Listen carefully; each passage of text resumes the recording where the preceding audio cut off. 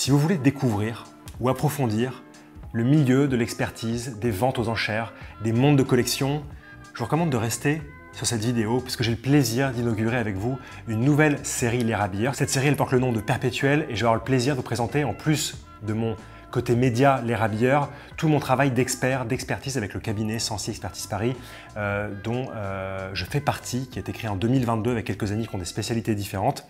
Et aujourd'hui, j'ai le plaisir de vous présenter une sélection de montres de collection pour une vente qui va avoir lieu à Drouot en salle 3 à 11 h le 4 juillet prochain chez la maison de vente aux enchères Couteau Bégarry, pour laquelle j'ai le plaisir d'être expert en horlogerie. La sélection, c'est maintenant, c'est tout de suite, c'est très coquin et c'est seulement sur Les Rabilleurs.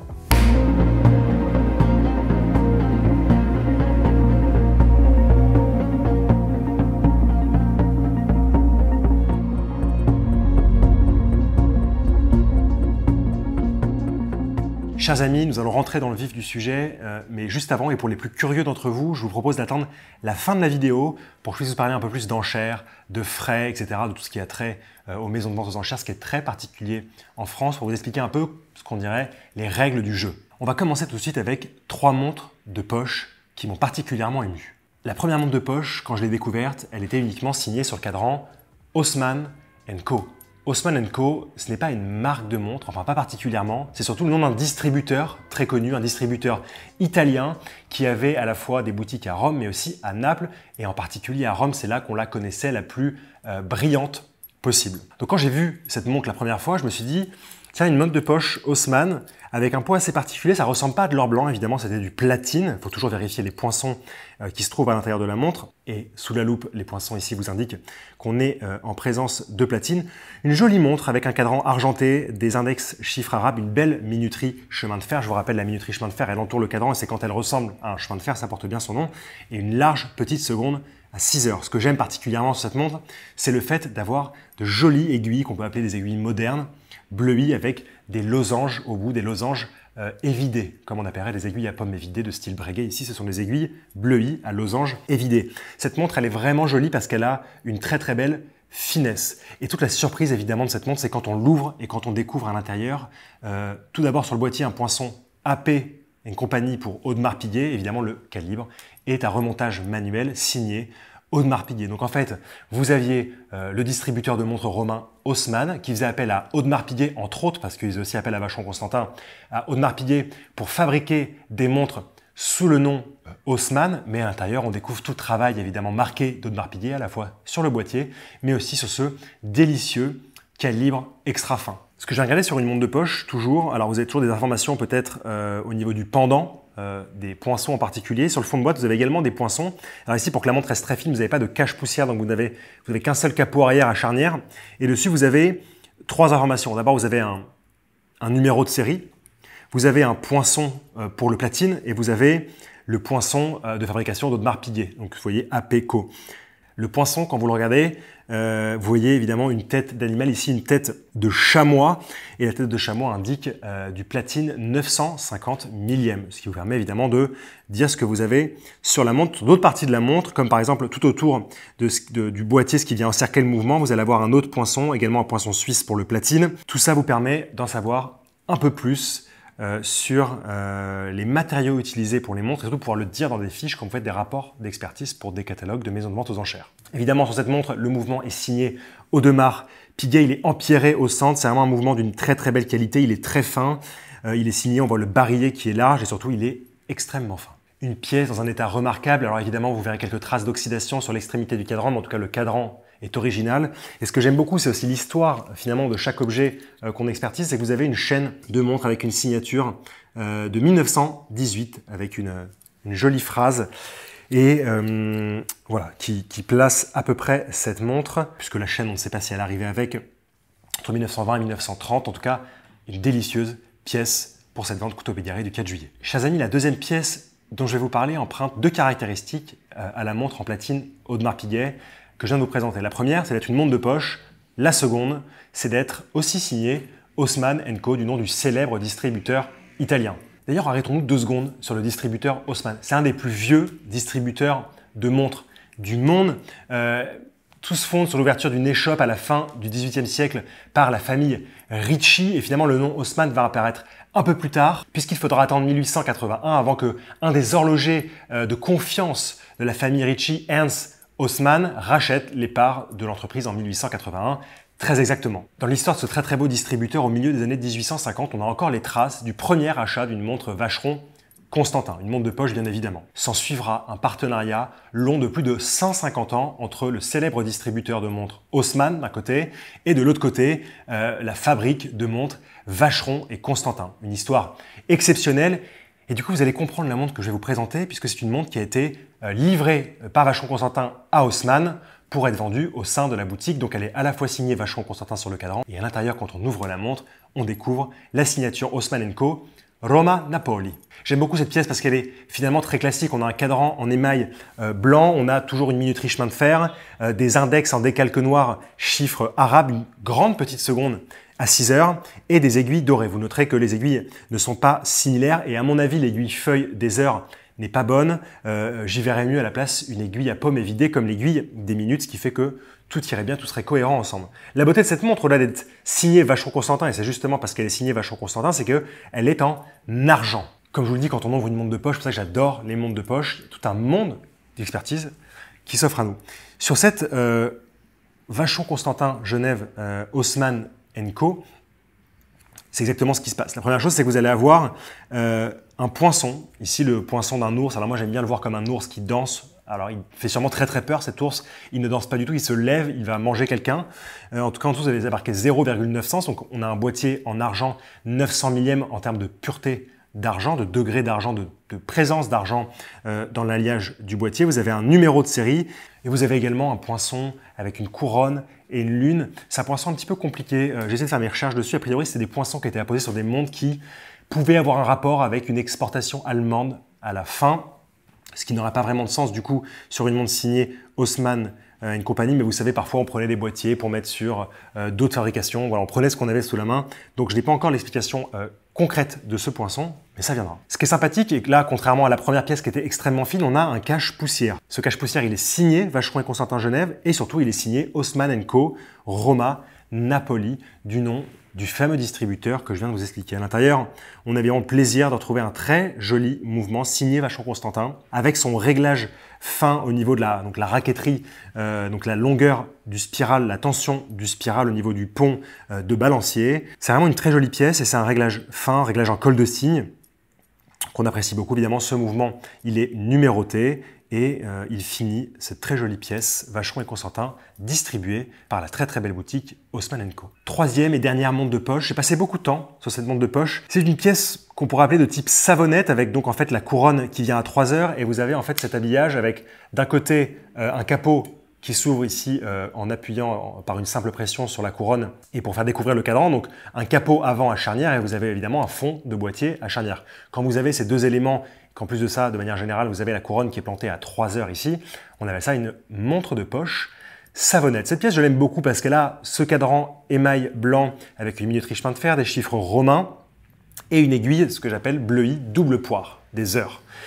Ce qui fait que quand on ouvre la montre, on a une aiguille double poire et quand on ferme la montre, on voit une aiguille qui est avec une simple poire. Ça permet de savoir l'heure qu'il est à la minute près en nous référant en fait, au capot avant qui a été ajouré. Donc on voit la position des aiguilles et on voit également les chiffres romains des heures et la minuterie chemin de fer pour la minuterie comme son nom l'indique. Elle m'avait posé beaucoup de questions. Tout d'abord, vous avez un peu d'héraldique, un blason familial, des armes de famille sur le fond de boîtier qui ont été gravées grâce à l'aide d'un ami que je salue, Pierre-Antoine Martonnet, nous avons pu découvrir que c'était les armes de la famille allemande Schroeder, grande famille allemande, notamment une famille de banquiers. En ouvrant la montre, et comme c'est le cas d'habitude sur les fonds de boîtier, qu'il s'agisse de montres de poche ou de montres bracelet, on découvre un nombre très important d'informations. La première information, c'est d'avoir des poinçons suisses de l'or 18 carats. Des poinçons Helvetia qui nous indiquent donc que cette montre a été fabriquée en Suisse et qu'on a un or 18 carats. Mais et là, c'est le titre d'or qui parle. D'habitude, quand on a de l'or 18 carats, on a un or qui titre à 0,750 ou 750 millième. Et ici, on a 0,755. Ça m'a mis la puce à l'oreille. Et en vérifiant, j'ai vu qu'il s'agissait d'une obligation pour les montres qui allaient être exportées de Suisse vers l'Angleterre. Donc, les montres exportées de Suisse vers l'Angleterre, à ce moment-là, portaient la mention 0,755. Elles étaient un tout petit peu plus pures en or, si je puis dire. Comme d'habitude, on découvre un numéro de série et en lieu et place du cache-poussière, on a une jolie gravure du 7, il y a marqué « The 7th of June 1896 », 7 juin 1896. Un cadeau de famille, cadeau de mariage, pour une naissance. On ne sait pas vraiment pourquoi il y a cette gravure-là, c'est ça toujours les belles histoires qu'on aime mais qui resteront des mystères pour nous. Et l'autre partie intéressante, c'est évidemment quand on vient soulever ce cache-poussière et qu'on découvre un très joli calibre qui, dans un premier temps, nous fait songer à un calibre allemand.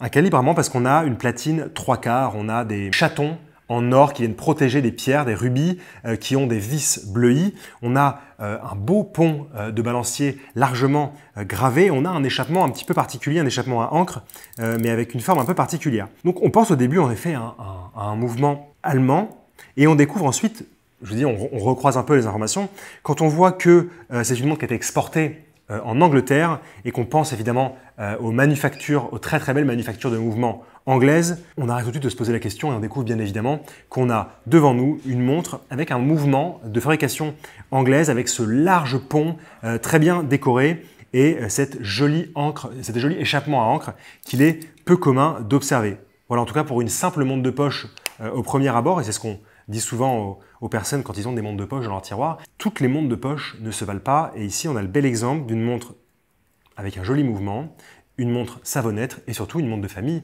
avec des armes au dos. Voilà, une pièce qui a traversé le temps. Depuis presque 130 ans, ça force le respect. Chers amis, après vous avoir présenté 3 montres de poche qui vont être offertes à la vente chez Couteau & Bigarry le 4 juillet prochain, on va maintenant passer à quelques montres bracelets que j'aime tout autant. On va commencer par 2 montres qui m'ont touché en plein cœur de la société Boucheron.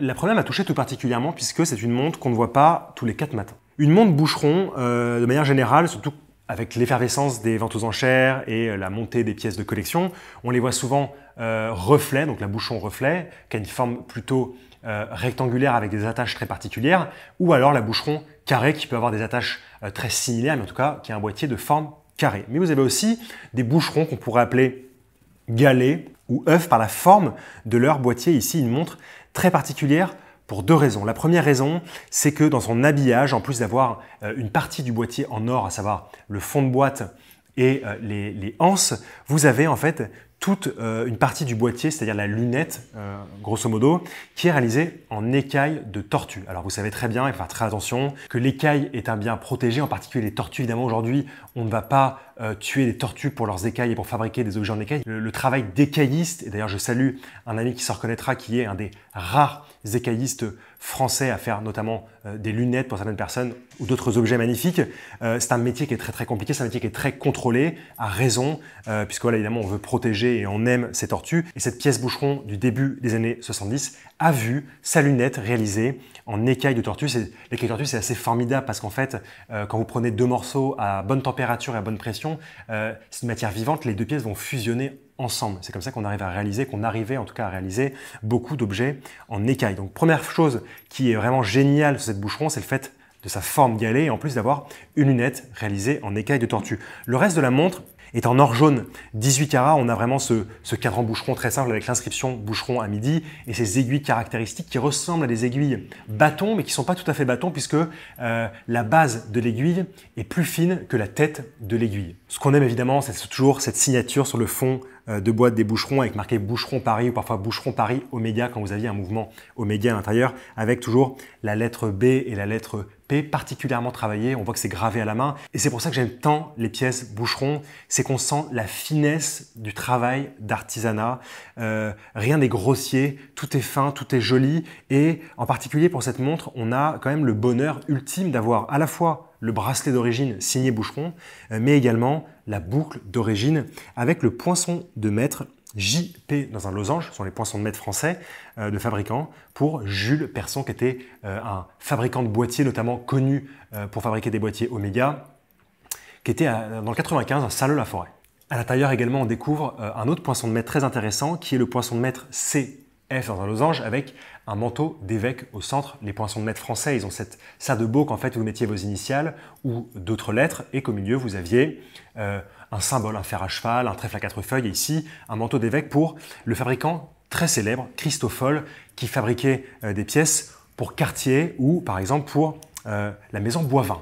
En tout cas, une pièce formidable qui provient de son premier propriétaire, une folle rareté, une pièce exceptionnelle qui est un de mes coups de cœur de cette vente Couteau Béliaré du 4 juillet. Pour continuer, dans la veine Boucheron, j'ai envie de vous présenter un autre modèle très célèbre de chez Boucheron, qui est autre que là, Boucheron carré. Ici, pas de anse fantaisiste, je dis ça parce que Boucheron aimait vraiment développer des systèmes particuliers pour les attaches du bracelet. Souvent, vous avez des attaches coulissantes entre le boîtier et le bracelet, avec marqué BT quelque chose, donc pour breveter avec le numéro de brevet. Vous aviez des brevets au niveau des fermoirs qui parfois se glissaient, parfois s'attachaient de différentes façons. Et ça fait vraiment le charme de ces montres de collection Boucheron. Ici toujours la signature caractéristique au dos Boucheron Paris, un numéro de série, la tête d'aigle pour la garantie d'or 18 carats français et un cadran d'une rare beauté, un cadran doré brossé avec juste un 12 en chiffre romain à midi, ces aiguilles Boucheron caractéristiques qui ont une petite forme comme ça en forme d'entonnoir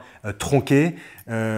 Une pièce qui n'a jamais été polie, à mon sens, d'un état proche du neuf, qui possède son bracelet d'origine, encore une fois sa boucle d'origine de toute beauté, signée Jules Persson à Saint-Leu-la-Forêt, qui appartient au même propriétaire que la Boucheron avec son lunette en écaille de tortue, présentée juste avant. Et à l'intérieur, on trouve un bon mouvement signé Boucheron avec une base ETA.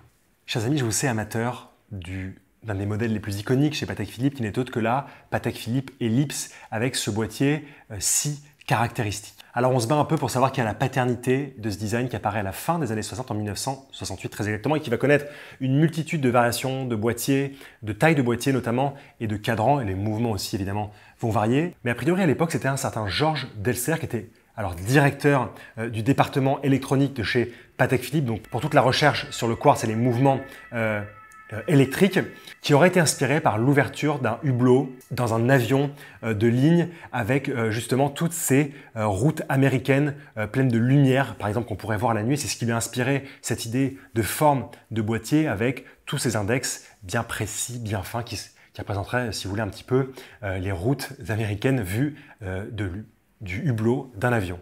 Ce qu'il faut savoir, c'est que pour les références qu'on connaît de la fin des années 60, début 70, la référence 35-48, référence 36-48, on est sur des boîtiers, on va dire, de taille standard. Et au début des années 70, en 1971 très exactement, on va découvrir le premier modèle de Patek Philippe Ellipse Jumbo, la référence 36-05. Mais pour notre référence, la référence 37-38, c'est la référence qui va être le plus produite par Patek Philippe de 1978 sans discontinuer jusqu'à 2009. C'est la référence Jumbo Patek Philippe Ellipse, donc c'est une pièce qui a un boîtier de plus grande taille. On retrouve évidemment tout le charme qu'on aime sur les Ellipse de Patek Philippe, ces index en or jaune signalés par la mention à 6 heures du chiffre de la lettre sigma, qui veut dire que les index sont en or, ces aiguilles dorées magnifiques, cette boucle en or jaune qui reprend la forme de l'ellipse, et ici on a le bracelet signé Patek Philippe. C'est cette référence 37-38 qui va introduire dans la famille de montres Patek Philippe Ellipse les mouvements automatiques à micro-rotor chez Patek Philippe. Une pièce dans un état sublime que j'aime particulièrement pour sa gravure de fond de boîte 24 juin 1999,